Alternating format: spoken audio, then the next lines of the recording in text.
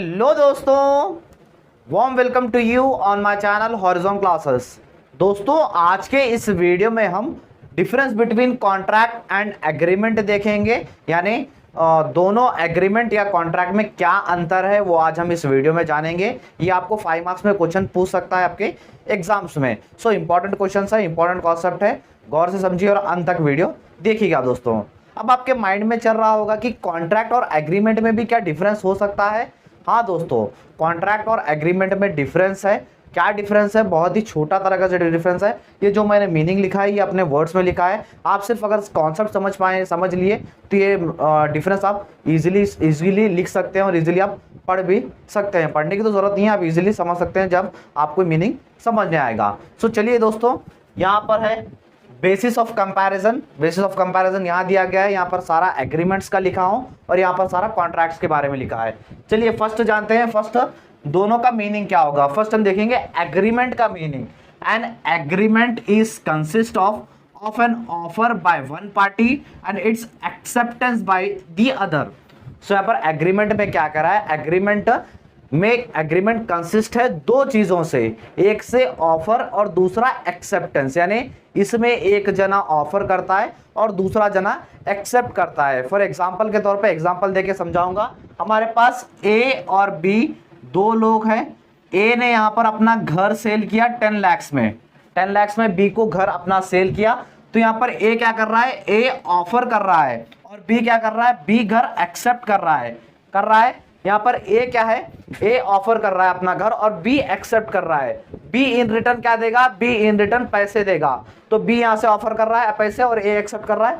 सो दोनों के बीच में ऑफर एंड एक्सेप्टेंस चल रहे हैं। 10 लाख में घर बिका, ये भी याद रख लीजिए, अमाउंट टू 10 लाख में अमाउंट बिका। सो एग्रीमेंट का मीनिंग क्या है, एग्रीमेंट में दो चीजें कंसिस्ट है, एक तो ऑफर होता है और दूसरा एक्सेप्ट होता है। एक जना ऑफर करता है और दूसरा एक्सेप्ट करता है। अब आ जाइए हमारे कॉन्ट्रैक्ट के मीनिंग की तरफ। कॉन्ट्रैक्ट का मीनिंग है an agreement enforceable by law is a contract. So यहाँ पर कॉन्ट्रैक्ट का मीनिंग क्या है, ऐसे एग्रीमेंट्स जो लॉ के तहत इनफोर्सेबल किए गए हों उसे हम कॉन्ट्रैक्ट कहते हैं।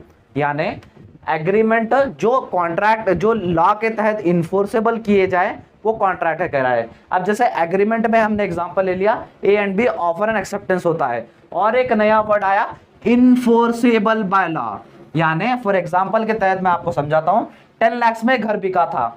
सो जो बी क्या है, बी ने क्या दिया, 7 लाख रुपए दे दिए और 3 लाख रुपए वापस आने हैं। 3 लाख रुपए अभी वापस आने हैं। उसने कहा मैं शाम तक दे दूंगा। शाम हो गई, 2 दिन हो गए, 10 दिन हो गए, मगर अभी तक पैसे नहीं आए। क्या यहाँ पर ए केस कर सकता है बी के ऊपर? जी हाँ, ए बी के ऊपर केस कर सकता है। यानी अगर केस करने का सिचुएशन बना तो वो क्या है, वो कॉन्ट्रैक्ट है। अगर केस करने का सिचुएशन नहीं बनता, वो लॉ के तहत तक नहीं जाते, उसे क्या है, उसे हम एग्रीमेंट कहते हैं। यहां पर आपको डिफरेंस क्लियर हो गया होगा। जो भी चीज में अगर हमको धोखा मिला तो हम केस कर सकते, जिस केस में वो होता है कॉन्ट्रैक्ट। जिस केस में हम केस नहीं कर सकते, लॉ के पास जा नहीं सकते, कोर्ट नहीं जा सकते, वो हो गया हमारा एग्रीमेंट। ये दोस्तों क्या था, ये था हमारा मीनिंग। अब चलिए हमारे नेक्स्ट डिफरेंस की तरफ बोलते हैं। नेक्स्ट है एलिमेंट्स। एलिमेंट जैसे मैंने कहा, एग्रीमेंट में एक तो ऑफर होता है, एक एक्सेप्टेंस होता है। यानी एक जना ऑफर करता है और दूसरा एक्सेप्टेंस करता है, एक्सेप्ट करता है।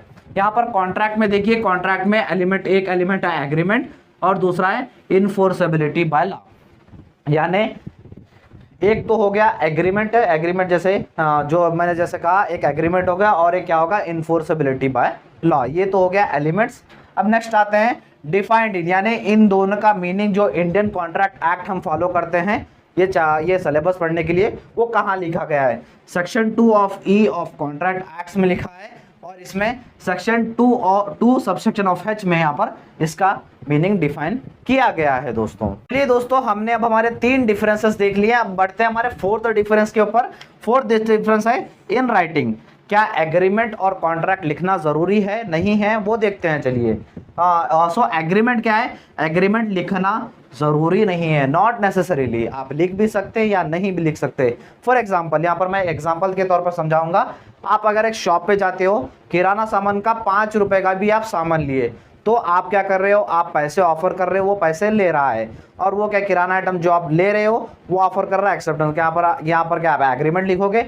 जी नहीं दोस्तों, यहाँ पर आप एग्रीमेंट नहीं लिखोगे, इसलिए यहाँ पर नॉट नेसेसरी। अगर आप कॉन्ट्रैक्ट लिखने जाओगे so normally return and registered. आप जब भी एक कॉन्ट्रैक्ट लिखते हो, फॉर एग्जांपल आप किसी को पैसे देते हो, तो आप क्या करते हो, आप लिखते भी हो और वो कॉन्ट्रैक्ट एक्ट में रजिस्टर भी करते हो। सो यहाँ पर हमने क्या देखा, जो रिटर्न रहता है, एग्रीमेंट नहीं लिखे तो भी चल जाता, बट कॉन्ट्रैक्ट लिखना जरूरी है दोस्तों। उसके बाद नेक्स्ट आइए लीगल ऑब्लिगेशंस। लीगल ऑब्लिगेशन जैसे मैंने एग्जांपल में ही बताया, does not create any legal obligations. So इसमें कुछ भी कानूनी कार्रवाई या कानूनी कुछ भी मुकदमे कुछ भी नहीं होते एग्रीमेंट्स में, but in cases creates legal obligations, यानी इसमें कुछ भी कानूनी कार्रवाई और कानूनी कार्रवाई कुछ भी होती है, किसमें, कॉन्ट्रैक्ट्स में, और एग्रीमेंट्स में नहीं होती है दोस्तों।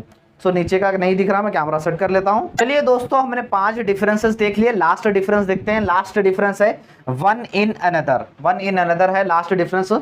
सॉरी दोस्तों, every agreement need not to be contract, यानी हर एग्रीमेंट कॉन्ट्रैक्ट नहीं होता है, और इस केस में ऑल कॉन्ट्रैक्ट्स आर एग्रीमेंट, हर कॉन्ट्रैक्ट एग्रीमेंट होता है। यहाँ पर मैं एक एग्जांपल देके आपको क्लियर करूंगा। जैसे हमने 10 लाख का यहाँ पर घर बेचा था, तो एग्रीमेंट बना, अगर आप केस करोगे तो वो कॉन्ट्रैक्ट बन जाएगा। तो यहाँ पर क्या कह रहा है, हर कॉन्ट्रैक्ट एग्रीमेंट बनता है, मगर लेकिन हर एग्रीमेंट कॉन्ट्रैक्ट नहीं बनता है। आई होप दोस्तों यहाँ डिफरेंसेस आपको क्लियर हो गए होंगे। हमने इतने डिफरेंसेस देख लिए, आप एक बार स्क्रीनशॉट ले लीजिए दोस्तों।